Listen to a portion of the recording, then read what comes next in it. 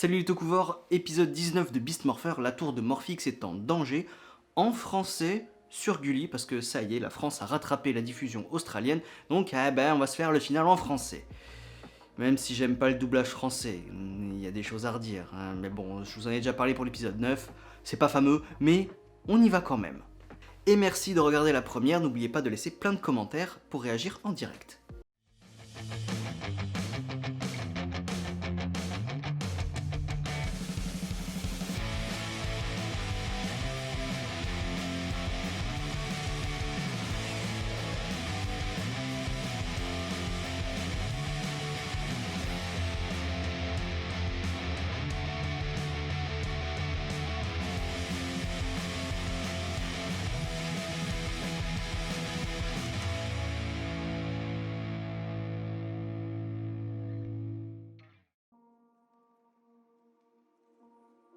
Les Rangers se rendent compte de ce qu'ils ont fait quand ils étaient sous l'influence du pulsateur à l'épisode dernier, c'est-à-dire littéralement donner des téléporteurs à Blaze et Roxy.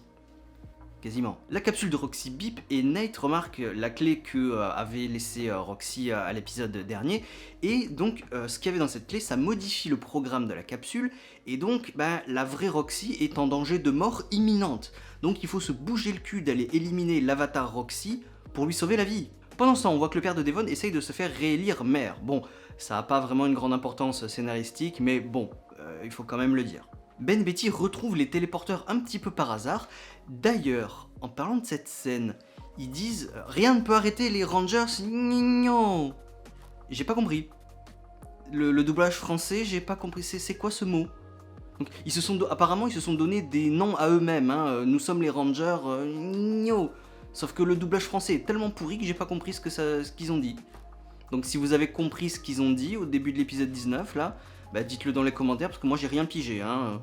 Donc j'ai hâte de voir la version anglaise parce que nous, rien ne peut arrêter les Rangers. Quoi? Donc oui, ils retrouvent les téléporteurs un petit peu par hasard, hein, sauf qu'ils se font poursuivre par des soldats jusque là où le maire tient sa petite conférence pour se faire réélire. Donc il fait un discours sur le courage et tout ça, les valeurs d'un homme, sauf que quand les soldats arrivent en poursuivant Ben et Betty, il voit son fils, Devon, le Ranger rouge, s'enfuir, donc il est extrêmement déçu de Devon. Donc bien sûr, il ne sait absolument pas que son fils est le Ranger rouge, hein. Règlement, tout ça, vous connaissez la chanson. Petit combat rapide, les Rangers sauvent Ben et Betty, voilà. On découvre le plan des méchants, c'est-à-dire placer les 3 téléporteurs autour d'une tour de Morphix pour la téléporter tout entière dans la cyberdimension pour justement alimenter Evox pour qu'il puisse justement se téléporter dans notre dimension et foutre le bordel. Et accessoirement accéder au Morphine Grid, enfin au réseau de transmutation pour pouvoir le pirater et faire ce qu'il a à faire. Sauf que les téléporteurs sont toujours dans la camionnette, donc les Rangers sont sur le point de les retrouver, et pour les en empêcher, Blaze demande à Scrozzle d'envoyer un gigadrone pour faire diversion. Les Rangers réussissent à récupérer les téléporteurs, et Ravi doit les ramener à Grid Battle Force pour les sécuriser. Pendant ce temps, les autres vont s'occuper des gigadrones. Sauf que Roxy ne l'entend pas de cette oreille, et elle décide de provoquer Ravi pour qu'elle la suive, elle, plutôt que d'accomplir la mission de récupérer les téléporteurs. Donc, évidemment, Ravi étant un être humain, il va préférer sauver sa copine, qui est toujours en danger de mort imminente, plutôt que d'accomplir sa mission. Est-ce qu'on peut lui en vouloir? Normalement oui, on devrait lui en vouloir parce qu'il n'a pas accompli sa mission, mais il va quand même sauver une vie, ce qui est aussi un petit peu sa mission, donc moi je peux pas lui en vouloir personnellement, mais bon, on verra comment ça va se développer. Donc, combat entre Ravi et Roxy, et Ravi gagne. Waouh! Il a fallu 19 épisodes pour vaincre un avatar aussi facilement. Alors qu'elle s'en est pris des coups dans la gueule, hein, Avatar Roxy. Ça l'a pas dérangé. Et là, limite, elle se fait... en un clin d'œil? Aussi facilement? Un petit peu facile, ça. J'y crois pas trop. C'est limite, on aurait même dit qu'elle voulait se faire détruire, hein, Avatar Roxy. Est-ce que ça a un rapport avec justement la clé USB? Parce que... pourquoi mettre en danger la vraie Roxy? Parce que si la vraie Roxy meurt, l'avatar meurt aussi. C'est ce qu'on nous raconte depuis l'épisode 1 ou l'épisode 2. Donc pourquoi mettre sciemment en danger la vie de ton vrai toi? Tu vas mourir toi-même, c'est pas logique. Donc là, en plus, avec ce combat trop facile, c'est presque comme si l'avatar Roxy voulait se faire détruire. Donc, est-ce que par hasard, l'avatar Roxy se serait téléchargé dans la vraie Roxy, grâce justement à cette modification de programme, clé USB et tout, auquel cas les Rangers devaient vite se dépêcher de tuer l'avatar Roxy pour qu'elle accomplisse son plan?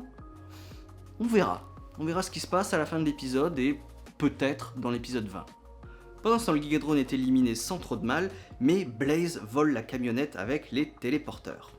Bah oui, c'est logique. Vu que Ravi s'est barré pour aller affronter Roxy, la camionnette et les téléporteurs ils sont restés sans surveillance. Donc forcément, Blaze il passe par là, et voilà. Roxy ne se réveille pas et Ravi se fait engueuler car la fin du monde pourrait peut-être arriver à cause de lui.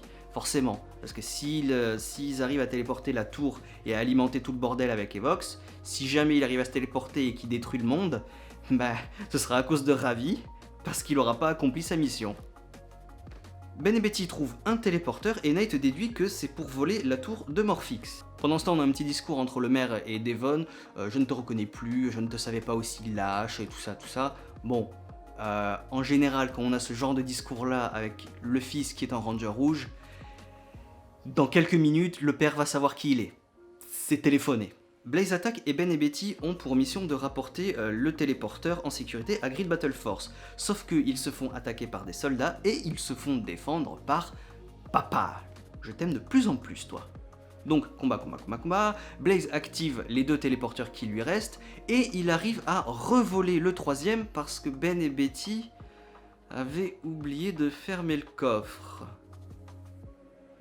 Je vous adore, Ben et Betty, hein, vous êtes très utiles, sauf là.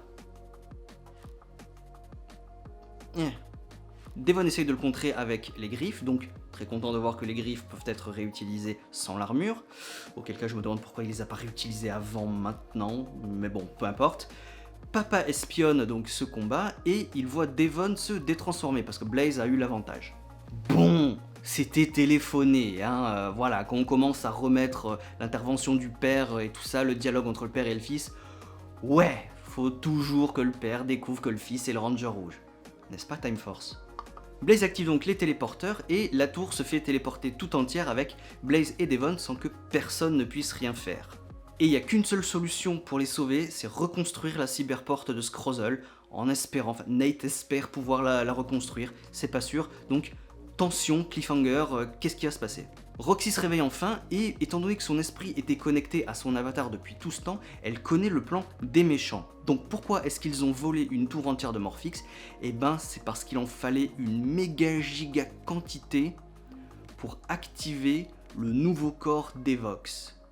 Scrozzle, en regardant Nate fabriquer Steel, a vu comment on fabriquait un robot, même si c'est un peu chelou parce qu'il sait déjà comment fabriquer un robot. Vargoyle, c'est lui qui l'a fabriqué, donc hein, je vois pas pourquoi il aurait dû apprendre spécifiquement avec Nate, mais bon, peu importe. Donc on va dire qu'il s'est amélioré en regardant Nate, donc Scrozzle est en train de construire un nouveau corps pour Evox, et il fallait une quantité massive de Morphix pour le faire fonctionner. Voilà, une première partie de finale excellente, j'ai adoré, et j'espère que l'épisode 20, oh mon dieu, faites que l'épisode 20 déchire tout.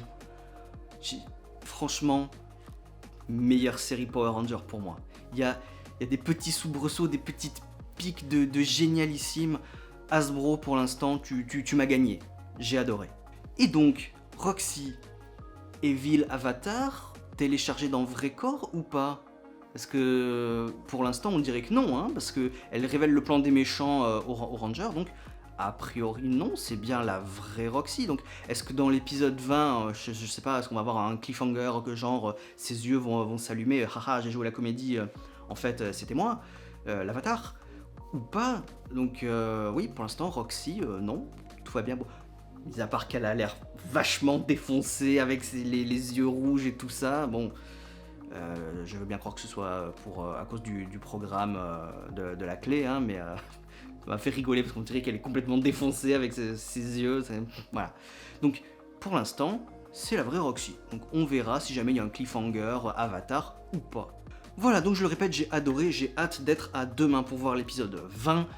Je veux le voir, il me faut cet épisode, je veux savoir comment ça se finit. Donc à très vite, ciao.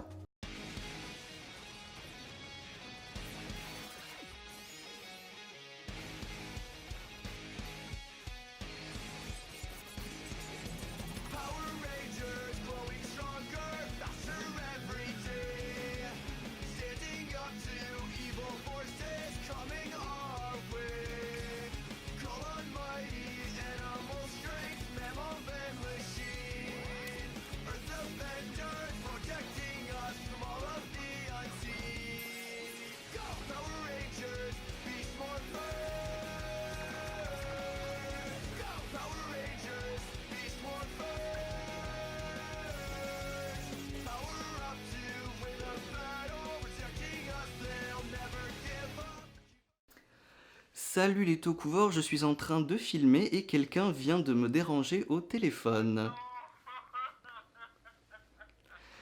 Donc je vais garder cette séquence au montage. Voilà. Voici donc Doc Sakura au téléphone qui vient me déranger en plein filmage. Voilà.